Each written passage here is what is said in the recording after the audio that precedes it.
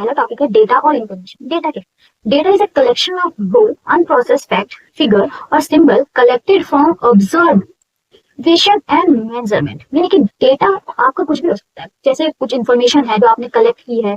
Data एक रो fact होते हैं, कोई इमेज है, काफी सारी वीडियोस हैं, या फिर कोई फैक्ट है, फिगर है, सिंबल्स देखिए, एक्चुअल हैशटैग कुछ भी है, ये सारी चीजें क्या है, डेटा कहलाएंगी। लेकिन डेटा और इन्फॉर्मेशन में जो बेसिकली हमारा डिफरेंस होता है ये है, डेटा जो है वो रैंडम कलेक्शन होता है। आप डेटा के बेसिस पे ये पता नहीं लगा सकते कि जो हमारा ये डेटा है ये किस चीज से या फिर किस फील्ड से रिलेटेड है। मतलब डेटा एक तरह का रो फैक्ट हो गया, हमारा रो है, उसमें काफी सारी चीजें होंगी जो मिक्सअप होती हैं, वीडियोस भी हो गई, इमेज भी हो गई, फाइल्स भी हो गई, वो सारी हमारी डेटा है। It does not convey any specific meaning until it is process मतलब उस पर हम थोड़ी प्रोसेसिंग करेंगे। प्रोसेसिंग मतलब हम उसको एनालाइज करेंगे और देखेंगे कि जो हमारा डेटा है वो किस टाइप का है, या फिर इसके डेटा हमें किस चीज की इन्फॉर्मेशन दे रहा है। तो ये हमारा कहलाता है डेटा, यानी कि अनप्रोसेस्ड जो हमारा डेटा होता है उसको हम बोलते हैं अनप्रोसेस्ड फैक्ट और फिगर जो होते हैं। ठीक है, की फीचर्स क्या है डेटा के? अनऑर्गेनाइज्ड होता है। अनऑर्गेनाइज्ड यानी कि data is raw and not arrange in a meaningful way. यानी कि रो होता है, हमने रैंडम कोई सा डेटा कलेक्ट कर दिया, वो हमारा डेटा होगा, उसको लेकर हम कोई भी मीनिंगफुल चीज नहीं निकाल सकते कि हाँ ये डेटा हमें इस पर्टिकुलर चीज के बारे में बता रहा है। दूसरा, लैक कॉन्टेक्स्ट होता है। It has no significance on its own. यानी कि लैक कॉन्टेक्स्ट का मतलब है कि ये केवल सिंगल, अगर हम डेटा देखें तो वो अपने आप में कुछ भी एक सिग्निफिकेंट वैल्यू को डिराइव नहीं करते हैं। ठीक, तीसरा आता है हमारा बिल्डिंग ब्लॉक। हम कह सकते हैं कि इन्फॉर्मेशन को बनाने के लिए हमें डेटा की जरूरत पड़ेगी। मान लो हमें किसी चीज को, यानी कि हमें कोई स्टूडेंट का टेबल क्रिएट कर रहे हैं, किसी भी स्कूल के स्टूडेंट के बारे में अगर हमें डेटा चाहिए तो उसमें क्या चाहिए होगा, नेम चाहिए होगा, रोल नंबर चाहिए होगा। तो ये हमारे बेसिक बिल्डिंग ब्लॉक होते हैं। लेकिन सिंगल नेम से तो हम पता नहीं कर सकते ना किस चीज के बारे में बता रहे हैं, तो ये हमारे बिल्डिंग ब्लॉक होते हैं। अगला एग्जाम्पल क्या है, जैसे नंबर टेबल 45, 89, 76 भी क्या है, सीरियल नंबर, रोल नंबर है, डेट, क्या है, मतलब कुछ भी हो सकते हैं ये। मान लो मैंने लिख दिया 12, तो आप क्या बता सकते हैं कि जो मैंने 12 लिखा है ये किसी का रोल नंबर है या फिर किसी की डेट ऑफ बर्थ है, मतलब क्या आप बताना चाह रहे हैं इसमें। तो जो रो फैक्ट है हम उसमें स्पेसिफाई नहीं कर सकते बेसिकली डेटा है क्या।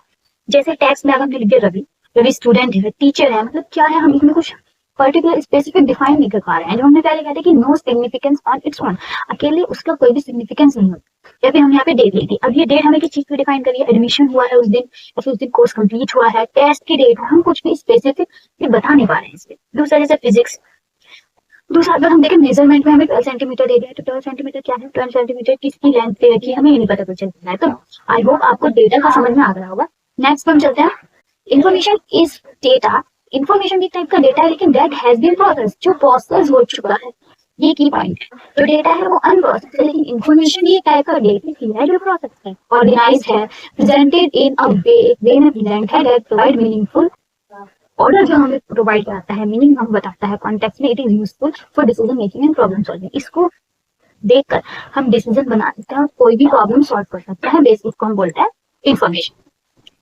अब की फीचर्स देखते हैं इन्फॉर्मेशन की। जैसे प्रोसेस है, ये क्या होगी, प्रोसेस होगी, is derived bye analysing and arranging data. Data को अरेंज करने के बाद ही हमारी इन्फॉर्मेशन बनती है। कॉन्टेक्चुअल होती है, यानी कि इसका अपने आप में ही रिलेवेंस होता है और मीनिंग होता है।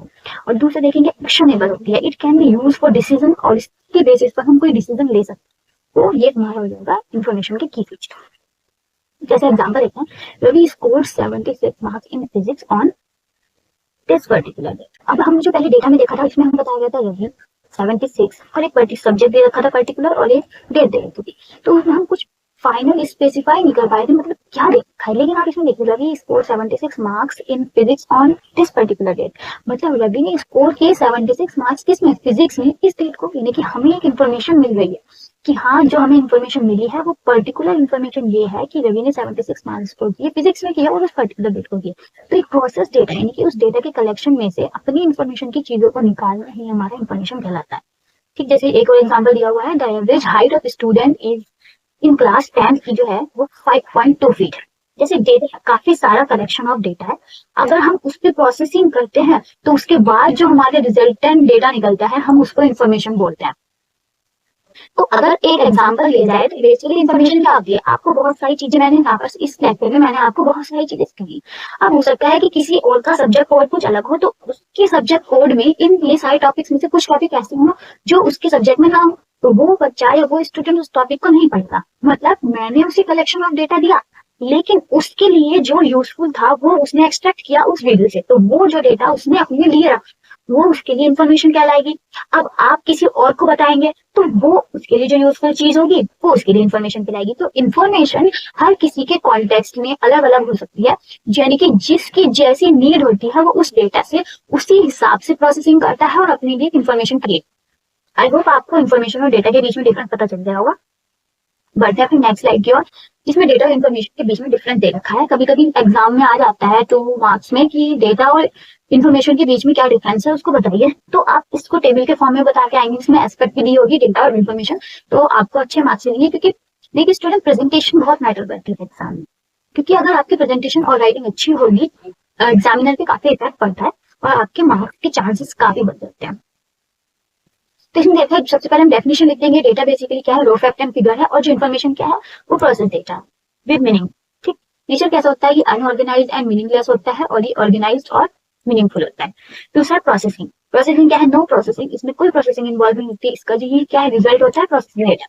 दूसरा कॉन्टेक्स्ट क्या है, कॉन्टेक्स्ट में तो देखेंगे डू नॉट प्रोवाइड कॉन्टेक्स्ट, ये कोई पर्टिकुलर कॉन्टेक्स्ट नहीं प्रोवाइड करता, लेकिन ये एक स्पेसिफिक कॉन्टेक्स्ट प्रोवाइड करता है। एग्जाम्पल अगर हमने आपसे पहली बात की थी, कोई न्यूमेरिक हो सकता है, टेक्स्ट हो सकता है, फिर मेजरमेंट हो सकता है। और इसमें अगर हम एग्जाम्पल देखें जैसे राम स्कोर 76 मार्क्स इन एक्स। ठीक, तो नेक्स्ट स्लाइड पे चलते हैं। आता है database and database management system. Data क्या होता है, इन्फॉर्मेशन क्या होती है। अब हमने डेटा रो फैक्ट से उनसे हमने प्रोसेस करके एक मीनिंगफुल डेटा यानी इन्फॉर्मेशन बना लिया। अब हमें क्या करना है, अब उस इन्फॉर्मेशन को स्टोर करने के लिए भी तो हमें कुछ चाहिए होगा, तब बना डेटाबेस, यानी कि जो हमने प्रोसेस इन्फॉर्मेशन की है उसको स्टोर करने के लिए हमने एक सिस्टम बनाया जिसको कहते हैं हम डेटाबेस।